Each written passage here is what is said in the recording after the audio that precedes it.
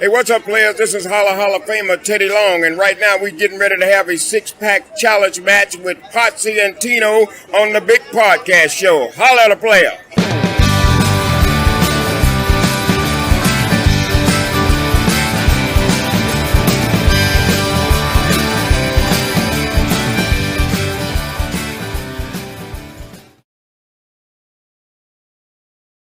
Ladies and gentlemen, boys and girls, children of all ages, the Potsy Pants Network brings you his tag team champion of the world, Rob Potsy Podcheck, going in alone tonight. I apologize. Tino cannot be here. He is under the weather, has no voice, which, I mean, doesn't really change anything from how we normally do it because I'd be doing all the talking anyway, and he'd be sitting there telling me to shut up. Our theme song, as always, is brought to you by Adam's House Cat. It's called The Rascal Song. It's available on iTunes for 99 cents. Want to go ahead and give a nice little shout out to Teddy Long. The reason why I used that entrance tonight specifically was because, well, last week on Monday Night Raw, they announced a six-pack challenge match for the WWE Tag Team, Undisputed Tag Team Championships at WrestleMania with 3 matches on SmackDown, 3 matches on Raw to determine who the 6 teams going up against Damian Priest and Finn Balor were going to be. So I thought it was kind of fun that they called it a six-pack challenge match. We obviously have Teddy Long on our show sitting there saying that he'll throw you into a six-pack challenge match. And yeah, so there we have that. Want to go ahead and start the show as always with what's up with you. First of all, I'm going to go ahead and say the show's probably going to be kind of short tonight. Right here in our backyard in Raleigh, North Carolina. Sorry, waiting for the cheap pop. Didn't hear one. Right here in Raleigh, North Carolina, Monday Night Raw is taking place at the PNC Center. So with that stated, yeah, the show's actually right in our backyard. And I don't know. Obviously, I'm sitting here. I'm not at the show tonight. I didn't want to spend $40 on parking plus whatever the tickets were going to cost. The PNC Arena has gotten kind of outrageous with their parking costs. But there's always the possibility that after this show gets over and Monday Night Raw gets over, that the wrestlers will be out and about. Friend of the show, Terrence, Mr. Helios, if you will. Last time they came to town, ended up spending late nights with them and had some fun hanging out with Damian Priest, Jey Uso, and a couple of the others at that show. So that's kind of the plan. There is we might be leaving the show tonight after here. Yeah, Terrence, you're. I thought you were coming over here. Uh, he's actually on Facebook tonight too, so he's not Mr. Helios. He's actually going by his real name, Terrence. Wanted to go ahead and give a little update. Tino is actually coming down with whatever it sounds like I currently have. I spent Wednesday through Sunday not going out, not doing anything. Went out for a little bit yesterday just because I needed to get out of the house and my fever had broken. So I was like, okay, I can finally get out of the house. But still have congestion, still have a sore throat. It's not COVID, although here's the crazy thing that came with this, folks, is that it is the exact same symptoms as a month and a half ago when I had COVID. It started with I woke up and I had a little bit of a tickle in my throat. Then it became a faucet-like running nose where it just continued to just drip out. Then that became a full-on sore throat, followed by this time a more mild fever of like 100.3, I think is the highest it actually got. However, just so everybody knows, my typical body temperature is normally at about 96.7. So about 2 degrees less than most people. So when it hits 100, I'm about 5 degrees over where I'm supposed to be, or 4.5 to 5 degrees above where I'm supposed to be. So, yeah, I hear you there. What's up? Sketchy LeJoe? So you're not at the show either, huh? What's going on, Chris Barrett? looks like we've actually got quite the people in the audience tonight so far. Got Sketchy and we got Chris Barrett both on YouTube. We got Terrence on the Facebook. A little surprised Facebook is actually showing up here with the comments. If you're watching on Twitch, unfortunately, I can't see any of the comments on there. So I would ask that you follow the subscribe to the channel on YouTube at Rob Pochek, and you can watch us on there. Your buddy Eddie is at Raw. Yeah, so I literally just looked at my Facebook before I hopped on here tonight, and I saw like 6 of my former GameStop managers that I used to work with. None of them, I think, work at GameStop anymore, by the way. But all of them are sitting at Raw right now. So I was a little disappointed that I didn't go, but at the same time, again, $40 for parking.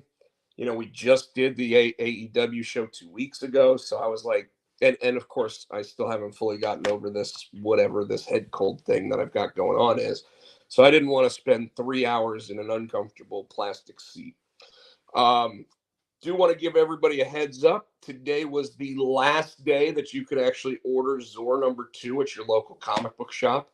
We're hoping to have it on the keenspotshop.com here shortly, so that anybody that wants to pick it up that way can get their hands on it. Issue #1 is out and available. If you want signed copies of it, you can actually go to the Keenspot shop right now and request signed copies that way. So #2 is, like I said, final day to order it today. Comes out in about a month, so everybody can rest easy. That book is done. It's ready to go. And then in just a couple weeks, I think we'll see issue #3 show up for solicitation, which means you can go ahead and order issue #3, which comes out in June. And the first issue of Immortal, same thing. So Immortal Ultraviolent will be out in June as well. Hopefully all of those we will have copies of at Heroes Con, which I did officially announce I will be there. Yes, Chris Barrett, today is the FOC for Zor #2. So the original final date to order it was a couple weeks ago, but FOC gives you a couple extra weeks to sit there and put some extra copies down if you want to. So the other thing that I'm asking, and I did not create a little code or anything for it, so take a look at my X or my Twitter, if you will, or my Facebook page. I posted asking that everybody vote for Zor to be best kids book at the Ringo Awards. The Ringo Awards are typically done at Baltimore Comic-Con every year, so in September. But they were asking for nominations already, so we went ahead and we've all put our nominations in, but we're hoping that more people can actually do it so it gets on the ballot. If you decide you don't necessarily want to vote for myself or Michael as best artist and best writer, that's totally understandable. But we do feel that it is one of the best kids books out there, if not the best kids book out there. So it's something that I would ask that everybody does that. Chris Barrett just thought that the Kali video you sent me.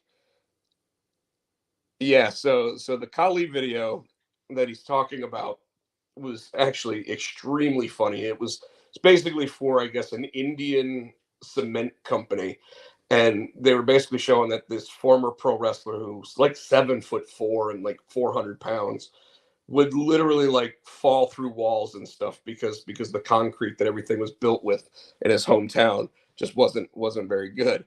So Chris, I am not already a Ringo winner. I've never actually been up for the Ringo Award. We did, however, sign Kevin Cuff and Bob France, who did Metal Shark Bros. They have a book coming out this month, I believe, called Dust Pirates from Keenspot that I signed. So I've signed Ringo winners to have books come out through us, and Kevin's also actually both of those guys are huge wrestling fans, so we should try to have them on the show at some point to talk about Dust Pirates, as well as keep them on so that they can give their opinions about different things going on in pro wrestling. Unfortunately, Kevin won't be joining us at Heroes Con. He's got a family engagement, but he has been invited to it. So yeah, that Kali video was freaking hilarious. Terrence, I sent it to you on Instagram, I believe, so you can take a look at it too. But yeah, when it comes to the Ringo Awards, just so everybody knows, the award is actually named after Mike Wieringo, who was a comic book artist until he passed away, I believe, in 2006, maybe 2007. But he was a comic book artist on books like Sensational Spider-Man. He was on Fantastic Four. He had a really good run on Impulse and The Flash.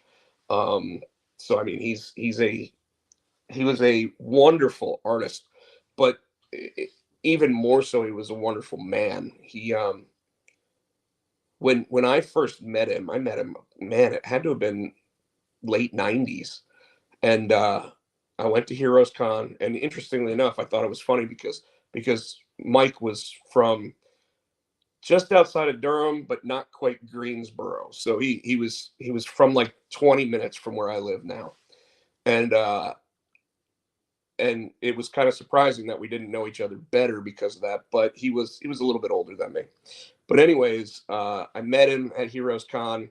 I showed him a book that I worked on. I think it was the first issue or the first appearance of Elisa from Immortal.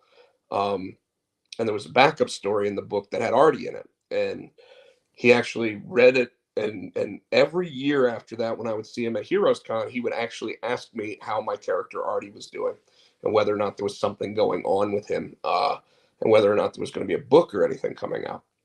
So I I always thought that was really cool that I didn't have to ask him to talk to him about any of that stuff. He'd be like, Rob, hey, how's Artie doing? And you know, so it was always pretty interesting with that. Later on, I ended up having a dog named Artie. So like if he had not passed, I'd probably be talking to him about my dog named Artie. But but yeah, he passed away. But I never forgot how he made me feel at the comic conventions, and because of that, like Barrett, Helios, you guys have all seen me at Comic Cons. You know how I act. You know how I am. I try to be the nicest and most easygoing person that's at the show, while also trying to give as much advice and as much information as I can, so that people understand like what the industry is really about and what to expect from the industry if you try to get into the industry. Because and it's really because of what people like Mike Wieringo actually did for me.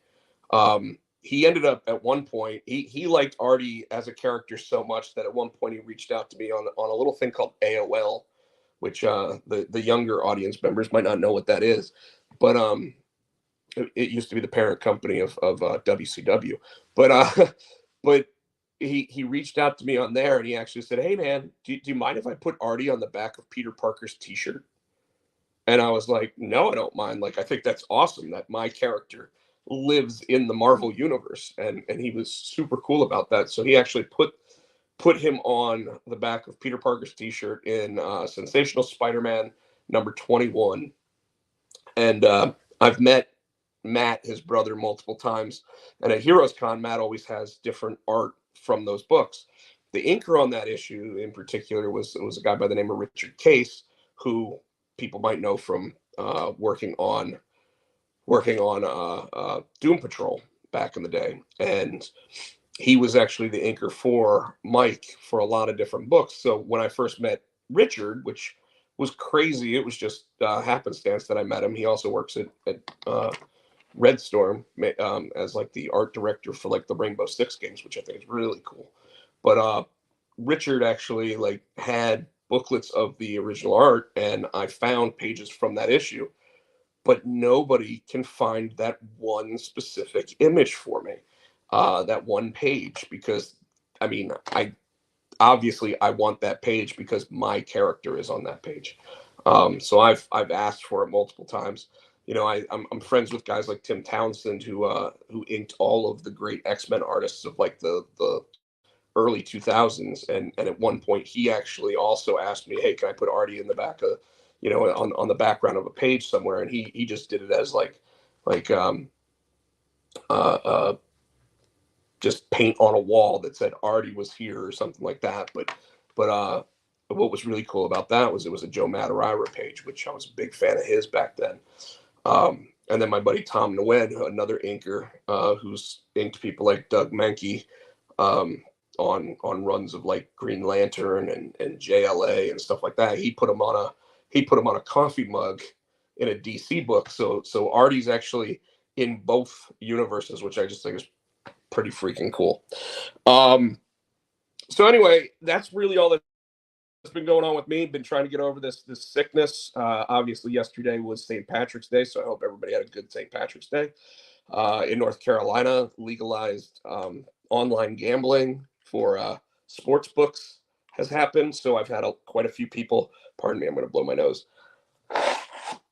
Had quite a few people ask me if I've been taking the different sports books money. I have not started doing that yet, but based on all of the promo betting that they're giving, I mean, they're talking $250 in a lot of these cases. And if you go 1-for-1 and actually win those, apparently you get to cash out the winnings, which a bunch of people have been doing. They don't really expect that, but that's what a lot of people have been doing. So if that's the case, you might have to jump on that and try that out. So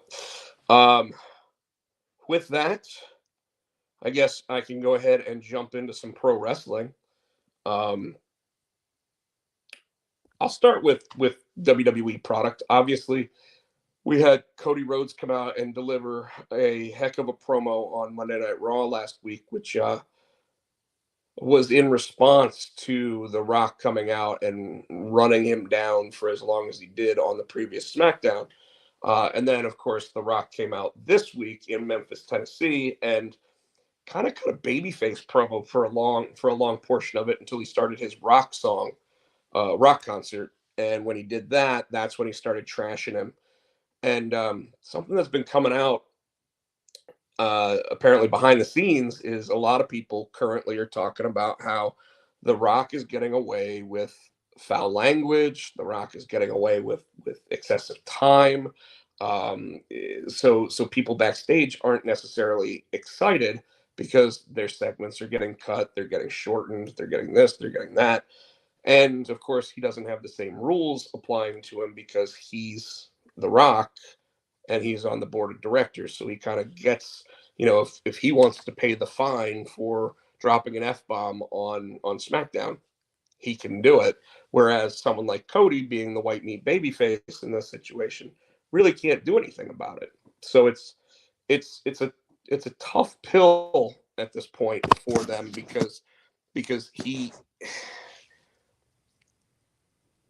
he's definitely hyping the broadcast and everything else going on with all that. No, Chris Barrett, not another legalized green thing, just money right now. But The Rock, he's doing a great job promoting what's going to happen at WrestleMania, at least night one, if not night two. This week, obviously, on SmackDown, we did not get Roman Reigns. So he's back to his being massively part-time, where I think it's funny that The Rock is actually showing up on a weekly basis right now, but Roman still isn't. This week on SmackDown, there will be a face-to-face of Cody and Roman, so it'll be interesting to see what they do there. So it's interesting product going on. The Rock's rock concert I thought was great. It was interesting that he brought in 2 Grammy Award-winning artists to actually play the harmonica and a guitar for him. So all he had to do was keep sheet music up and basically sing. But he did his job. He did a great job with it. And then him sitting there grabbing his weight belt and saying he's going to have Cody's blood all over it and give it to Cody's, or as he said, Mama Rhodes. It's interesting because obviously WWE doesn't typically allow blood. So now, like, if The Rock is saying, I'm going to make him bleed, and he doesn't make him bleed, is the crowd going to be disappointed by this statement? Is this going to be the push to TV 14 for the WWE product that has been PG since what, 2005, 2006 maybe, I don't know. So it's an interesting statement that they're making there. On Raw, you seem to have more openness in terms of all of the matches are planned out. You actually have more matches going on right now because it's a 3-hour show. It almost makes sense to have The Rock show up on Raw rather than SmackDown, if you ask me, because you have more time to play with. So it's interesting there too. Obviously, you've got Becky. This week is going to be in a last. What is it? A last woman standing, or yeah, I think it's a last woman standing match against Nia Jax. To basically cement what's going to be that main event at WrestleMania. And I say main event, but obviously I mean championship match. We know what the two main events are. It's the tag team match on night one, and it's the Roman versus Cody match on night two. Rock is a bad guy, so that allows for him to say things like, "I'm gonna make you bleed." It, yeah, and the question is he really a bad guy, or is he just playing the role? And you're gonna see him sit there and shake Cody's hand and turn on Roman at some point during the 2 night span of WrestleMania. It'll be really interesting to see what goes on there. But they're hyping Becky up. They're making her strong again when it comes to her match against Rhea Ripley, because right now I think that Becky's not built up as well as Rhea, which means that right now I would have a hard time believing that Becky's actually going to win that match. 2009 or 2010 for the PG era? Okay. I believe you. That's kind of odd. Just feels like it's been so much longer, but I mean, that is almost 15 years at this point. Chris Barrett says The Rock needs to leave. I don't think The Rock needs to leave. I think that The Rock's bringing eyes to the product. Obviously, when he gets 100 million views on YouTube and on Instagram and whatever, he's bringing eyes to the product. They might not be showing up on Monday Night Raw or SmackDown, but they are watching on Hulu. They are watching on YouTube, and most likely they will watch night one of WrestleMania. So, with all that, I disagree that he needs to leave, but I would say he needs to be seen less.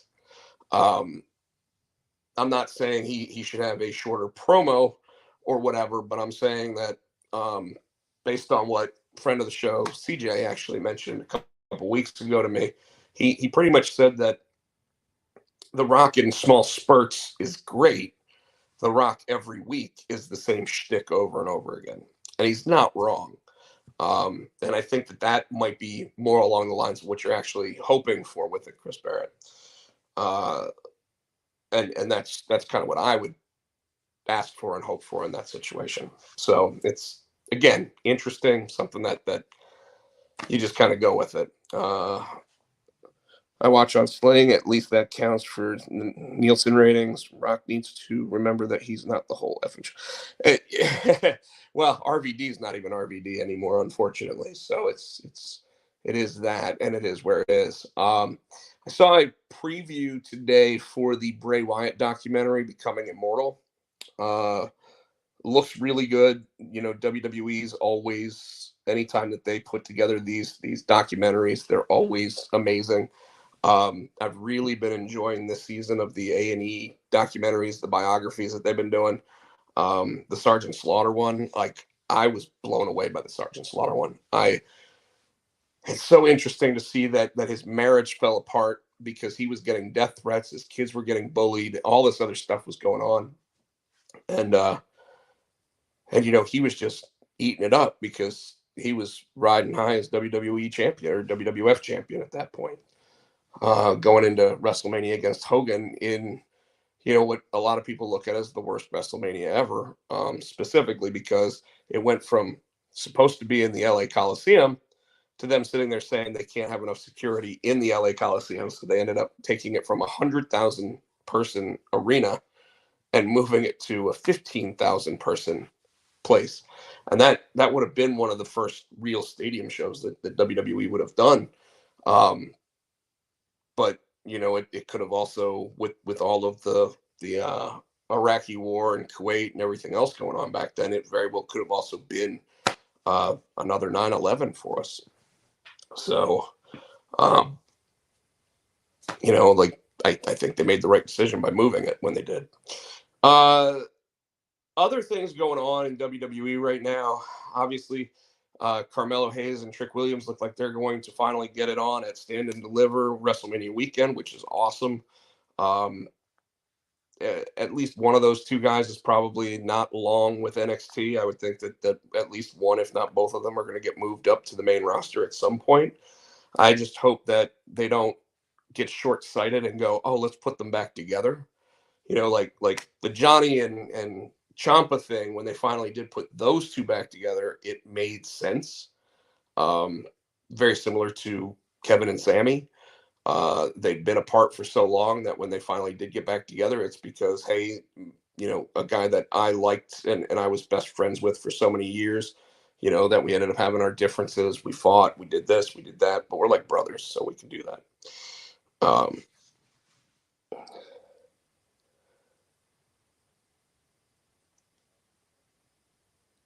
Don't I mean HBK and Triple H? Oh yes, Sorry, Regeneration X. By the way, I love that. The fact that they actually started running with it was pretty cool.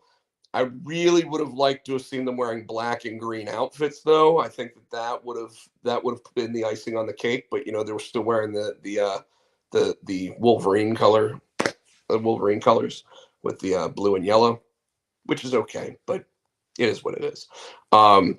It's interesting to me, like what they're planning for that WrestleMania match. I think that they have to get those belts off of Priest and Finn. Finn's contract apparently is up shortly after WrestleMania. It might have some extra time on it. Chris Barrett, I 100% agree with you that R-Truth is the MVP of WWE right now. He is on fire. I play WWE Supercard on a daily basis, and I'm very upset that they haven't put out a special edition R-Truth card. They keep coming at, like, they just did an event card for Andrade. They did a Stone Cold Steve Austin 316 day card, which I did collect, so I was pretty happy that I got one of those. But now I need a second one to really maximize him. But they haven't done anything special with R-Truth cards, and I like at this point I'd love a R-Truth Judgment Day Live Laugh Love card. But I know that it's already late on that whole idea. But they could do a Regeneration X card, and I'd be fine with that too. So there's that. WWE 2K24 is the highest rated WWE game ever. So they've built on the success from 22 and 23, which is great because we all remember the debacle that was 20. It was just absolute trash.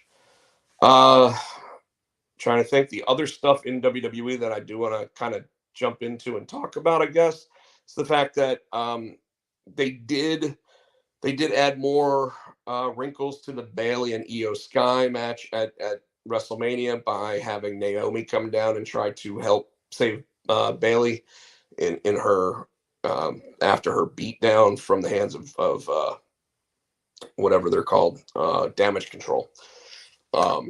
Sorry, the cough medicine's starting to kick in, so you're probably seeing me starting to slur my speech and stuff a little bit.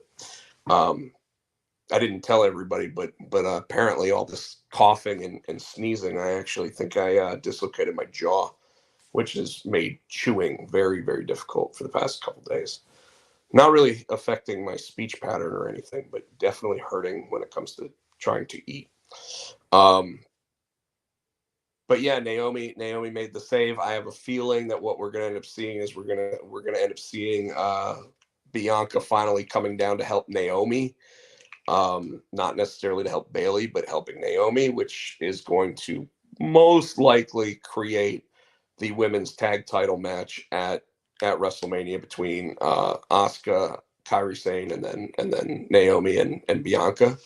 Kind of disappointing there because Bianca's been in the top women's match the past 2 years, and now she's going to get relegated to and I say relegated to a tag team match, but and it is against the tag team champions, and one of them is Asuka. So I mean, it's not like it's against subpar talent. It just seems like a subpar match based on everything that she's done in the past.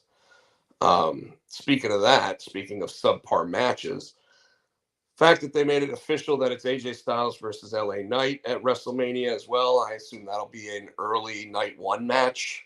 The match will be fine. The two men can go.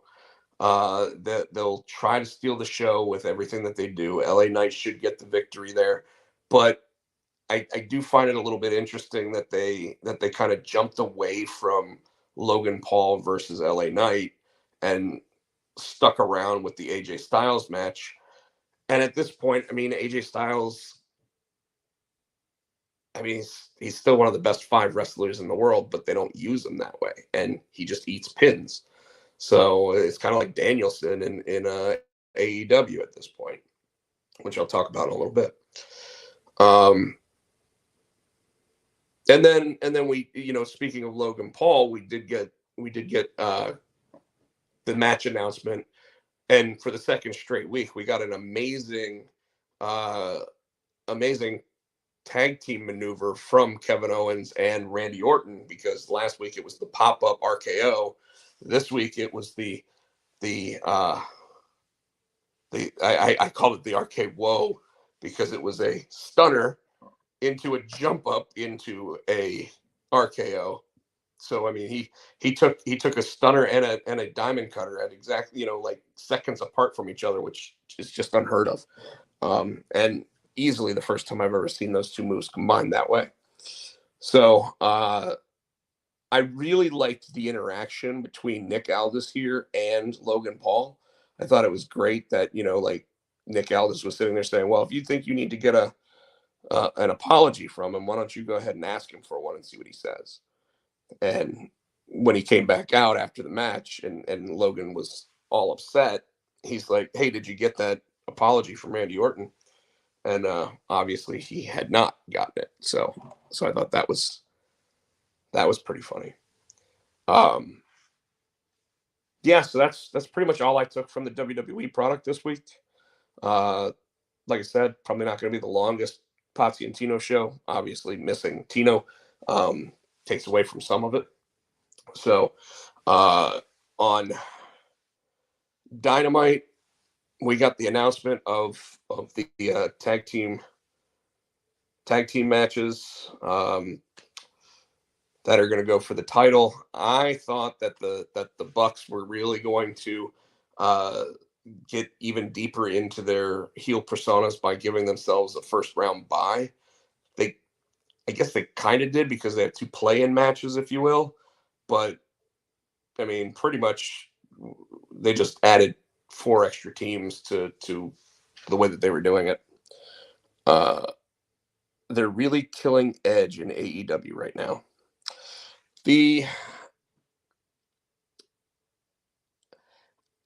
I think it's because there's so much creative control from Christian and Copeland in this match, and they're it's funny because AEW tries to pride itself on not giving you the same match over and over and over again, and obviously this is almost like WWE booking, where they've been giving you the same match over and over and over again with little stipulation changes and whatever throughout. So of course, Edge or Adam Copeland sat there and basically said that he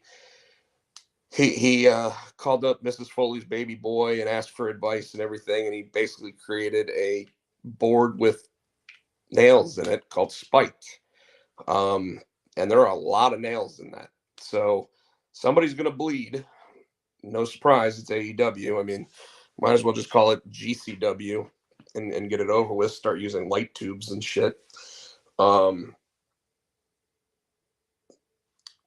it's, I need this feud to be over. I need, like I'm fine with Christian Cage continuing to be the TNT champion, but I need him to move on. The wrinkle of Daniel Garcia was nice. The fact that Edge lives in North Carolina and did not show up to either make the save or stop a beatdown after the match with Daniel Garcia at Revolution was kind of surprising to me, and kind of a waste of knowing your surroundings. Um, Very similar to FTR losing that match at Revolution too, because I mean they're Asheville boys. Uh, so I don't know. There's a lot of stuff that's just kind of weird with their booking. Um, Having the Samoa Joe versus Wardlow match and having Wardlow lose. Like, I'm not saying that he needed to win. I just wouldn't have had this match yet, uh, because there wasn't enough buildup. They they were trying to make Wardlow look strong, and then they kill all of his heat right there. So I almost wonder whether or not he's going to get kicked out of the Undisputed Kingdom because of all this, which to me, WWE does a lot of, you know what? I still got this thing on WWE banner. Hold on. Sorry. Uh, with WWE, they do long-term booking in some cases where, obviously the Bloodline storyline's been going on forever. But in AEW, it's like bing, bing, bing, bing, bing, and we're on to the next thing already. And it's funny because I just got mad about them doing longer term booking with the Christian and Edge thing. But with the Samoa Joe and Wardlow thing, it was like they just fed Wardlow to Samoa Joe here. And I think that they should have built more to that, and they didn't. So I was a little disappointed by that. I guess the big thing from Dynamite was the Mercedes Moné debut. I'm going to go ahead and try to draw some heat here.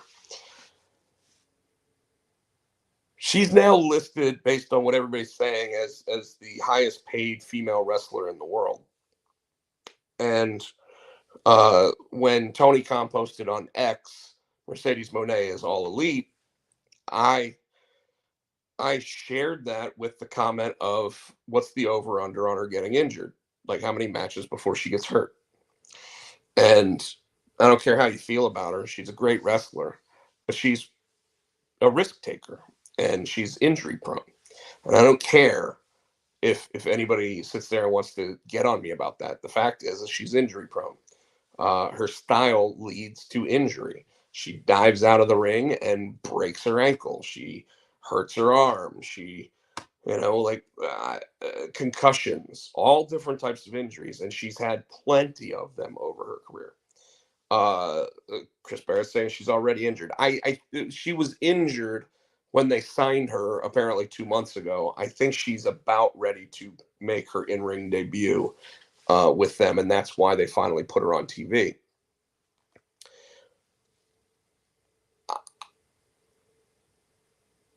I keep hearing that with a lot of these stars, WWE did not offer as much money as Tony Khan, and I get that. You don't keep $1 billion business running like $1 billion business if you're paying out $1 billion in salaries. I'm not saying that Triple H isn't paying more than Vince McMahon did, because I would say that with CM Punk's contract, with Randy Orton coming back, with some of the wrestlers that are now under contract again, like Shawn Spears, I think Shawn Spears is probably making more money than he was making in AEW. And being, I don't care what you say, he's being better utilized at this point in WWE, and it's only been a couple weeks because he is being utilized where he was not being utilized in AEW. So it's interesting to me with this, because if they gave her the same money that they gave Okada, for example, rumor is Okada got $4.5 million per year for 3 years. If they gave her the same amount of money,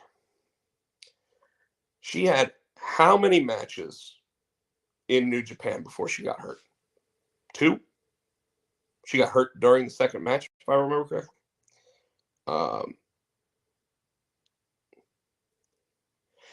She doesn't even have Trish Stratus's body. She has a smaller body than Trish Stratus. She's about 110 pounds soaking wet. Sorry, Chris Barrett was just saying that she wrestles like Eddie and Benoit. And I don't even think, well, the Eddie thing is kind of true because she obviously has incorporated some of those wrestling moves. But the suicide dives and things like that, like, if you're doing multiple ones during every match and you're trying to go at 100 miles an hour and you're not slowing down and you're not doing this and you're not waiting until the person's actually in the right position, you crumple. And that's what's happening with her. So my problem with this is that, WWE obviously wanted her back, and they didn't want to pay her what she thought she was deserved. And I mean, honestly, chances are she was going to do the same thing that she did already. I look at her, Barrett, more so as another CM Punk. One, she's injury prone. CM Punk obviously has been injury prone for the last 3 years. 2, she can cause backstage disruptions. She's walked out on WWE twice. CM Punk obviously had his run-ins in backstage with Tony Khan and Jack Perry and the Young Bucks and everything going on there. So I mean, like, when you think about it, is the risk worth the reward? The reason why I brought up my reposting on Twitter was because I got internet trolls to sit there and come at me. And the internet trolls basically came at me with, well, you're fat. So you don't get to talk about her being injury prone. Like, and then they said, what's the over under on you losing weight? And I said, are we trying to say, like, how fast can I lose weight? Because I lost 3 pounds this week. So are you saying that she's not even going to make it a week before she gets hurt? Because you might be right. And they don't like that either, But all both major trolls that were coming at me were, well, you're fat. I never said I wasn't. I never said that I was a skinny bastard or anything else. I like to eat. It's something I do. She likes to get hurt, apparently. It's what she does. So I guess maybe they are correlative. I don't know. So I can't wait for Sasha to get fired for getting into a cat fight with Tony.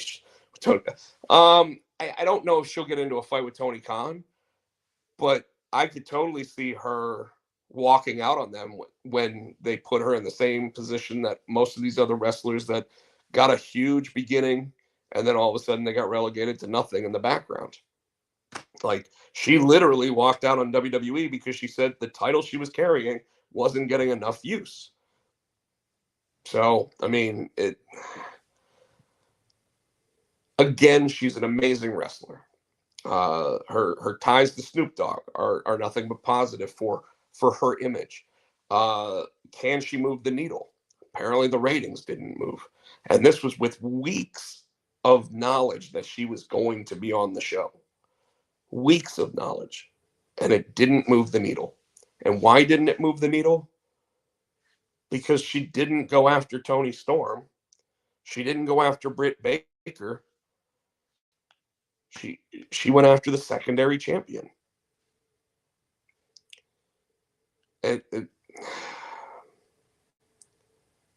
There's a lot of stuff when I look at WWE. I look at and I go, well, you can tell that that's a main event match, and they put it on in the main event. Then you look at AEW and you go, why is Willow Nightingale in the main event on Dynamite? Why? Why isn't it Thunder Rosa versus Toni Storm and Mercedes Moné doing commentary? You really want to make her look like she's at the top of the division? Put her at the fucking top of the division. They didn't do that. And by the way, don't get me wrong, I think Julia Hart and Sky Blue are doing the best work of their career. And two of two of the women that they have actually built. But Statlander hasn't been built recently. Willow Nightingale's just kind of like sitting in the background after winning the title that Monet had to be stripped of. So I don't know. I don't get it. I question the booking considerably. On Collision, Shibata versus Bryan Danielson. The picture that they show for the video of that is literally two men slapping each other while sitting Indian style. It literally looked like two kindergartners wanting to fight in a sandbox. And I love Danielson. And Shibata's a hell of a hand. But I don't care about that match. You know, like, did Danielson get the win? I don't know. I didn't watch it. My point there, though, is Danielson probably did get the win because, well, Danielson's been relegated to losing all the big matches recently. So give him someone like Shibata, who doesn't work for AEW, he works for New Japan, and he can win that match. Oh, great. So Barrett, 100%. Sasha versus, or Mercedes Moné versus Thunder Rosa, dream match, 100%. And you know what? While we're talking about Thunder Rosa, the same woman that won her title when she went down with injury currently has that title, and yet she has not interacted with her at all. She literally went against Abaddon, a person who I don't even know if they're under AEW contract or not. Like, what in the world are they doing with the women's division? Like, how is Thunder Rosa not coming back to literally go after the title she never lost? How is that not the case? So I don't know. It's just annoying to me. Apparently in Sami Callihan's see, that's just it, Chris Barrett. Abaddon is still a thing? No, she's not. But Thunder Rosa came back and had to make sure that she stopped her from hurting. I don't even know who it was. I didn't pay attention. So I don't know. It's annoying me. And then last thing I'll say about Dynamite, Collision, Rampage, all that stuff. Darby Allin, who was supposed to leave at the end of this month to go climb Mount Everest, broke his foot. He didn't break his foot in the match with Sting where he fell off the ladder and ended up going through the sugar glass. He didn't do it then. No. He does it in a random match against Jay White.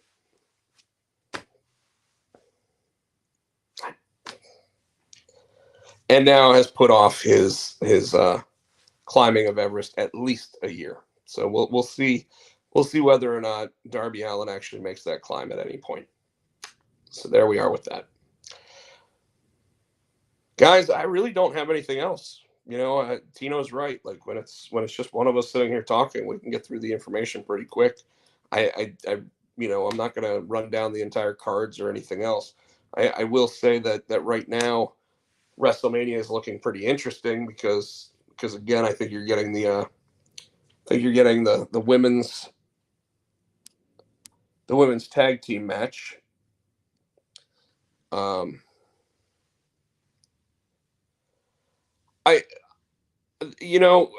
Chris Barrett just said he thinks that Darby's going to pass on Everest. I think he really wants to do it. I think that he's kind of being talked out of doing it. So I don't think it's got anything to do with him because, I mean, he's a daredevil. He's going to want to do it. Just like jumping out of planes and weird shit like that. Like I could imagine them doing a skydiving match where Darby's sitting there like hitting his opponent from 50,000 feet up just so they can, you know, like land on Earth at the end of it, and whoever gets the pin there gets the pin. God, I hope I didn't just give them an idea. So the WWE updated card for WrestleMania, obviously the main events for both nights, Roman Reigns versus Cody Rhodes night 2, Roman Reigns and The Rock versus Seth Rollins and Cody Rhodes night 1. I would anticipate that the opener on night 2 is Seth Rollins versus Drew McIntyre for the WWE Championship. You've got Rhea Ripley versus Becky Lynch for the Women's Championship. You've got Io Sky versus Bayley for the Women's Undisputed title. You've got the tag team 6-pack challenge match, player. And if they don't have Teddy Long actually announce that match, I like officially like we're going to have us a 6-pack challenge. Then I don't know what they're doing with that. The Brawling Brutes guy, Pete Dunne and Tyler Bate. I guess the New Age Catch Club or something. I don't know what the hell they're calling them. They moved on. They beat Pretty Deadly, and then the Legado del Fantasma is the other team that moved on so far. Obviously, Raw tonight, we're going to see some of those matches happen. John Cena said he wants to be on WrestleMania, but they haven't announced anything for that. Kevin Owens, Randy Orton, and Logan Paul. I would anticipate that being a late night 1 match, but it could be a night 2 match. I think that the women's tag team match that I mentioned of Naomi and Bianca versus Kairi Sane and Asuka is coming.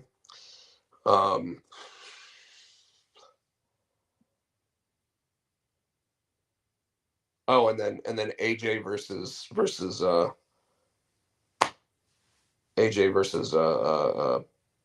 LA Knight.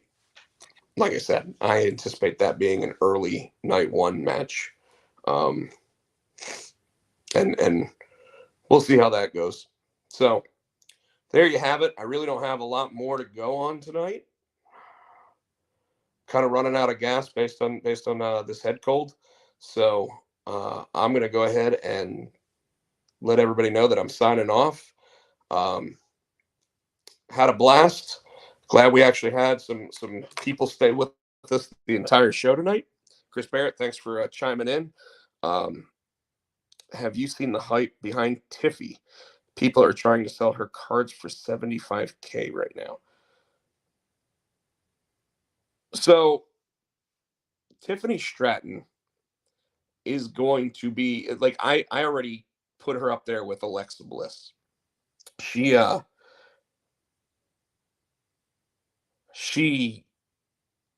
as soon as she made it to the main roster, she is on fire. Australia was totally behind her. In the Royal Rumble, they were totally behind her. The fact that she got multiple pins against Naomi, they're really behind her. They are pushing her to the moon, and don't be surprised if she ends up winning Money in the Bank. As to the $75K for a card, are you talking like the Topps cards that they have? Because that'd be pretty surprising, but I mean, things are shocked me differently in different ways. So I'm going to eBay right now to look up a Tiffany Stratton trading card.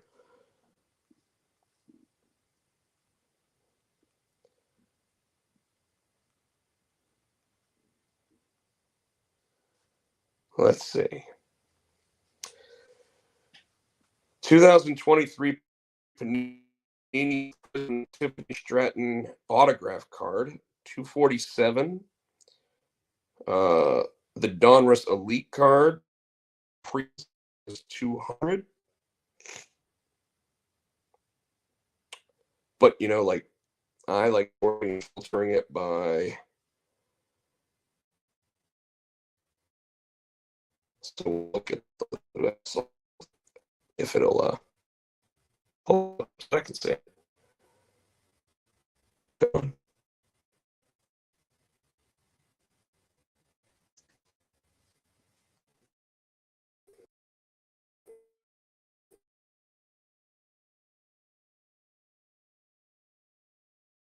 Man, my entire internet looks like it went down for a second. Apologize for that, folks. Sorry that we dropped off the air for a second. Let's see. Sold items. 23 results. Holographic blue foil prism trading card. $14 sold. Tiffany Stratton, Gigi, Nola, Nikita, Thea, and Soul signed NXT Collectors Expo card. So that has multiple signatures on it. Sold for $338. Apparently there's a Panini trading card that says buy it now for $1.99 to $49.99. So no, I haven't seen anything that says 75,000, Chris Barrett, but you know, some of these do say like $90. So all right, there you go with that. Joe, appreciate it. I wish I could have given a little bit more tonight, but I'm going to lose my voice here shortly, so I want to try to keep that as long as I can. I want to say thank you to all of you. I think it was a great show behind all of us. Thanks for all the questions. Thanks for all the comments, and of course, all of the socials that you can follow, subscribe, do all that are about to pop up. I want to thank Adam's House Cat one more time for our theme song, and everyone. With that, I bid you adieu.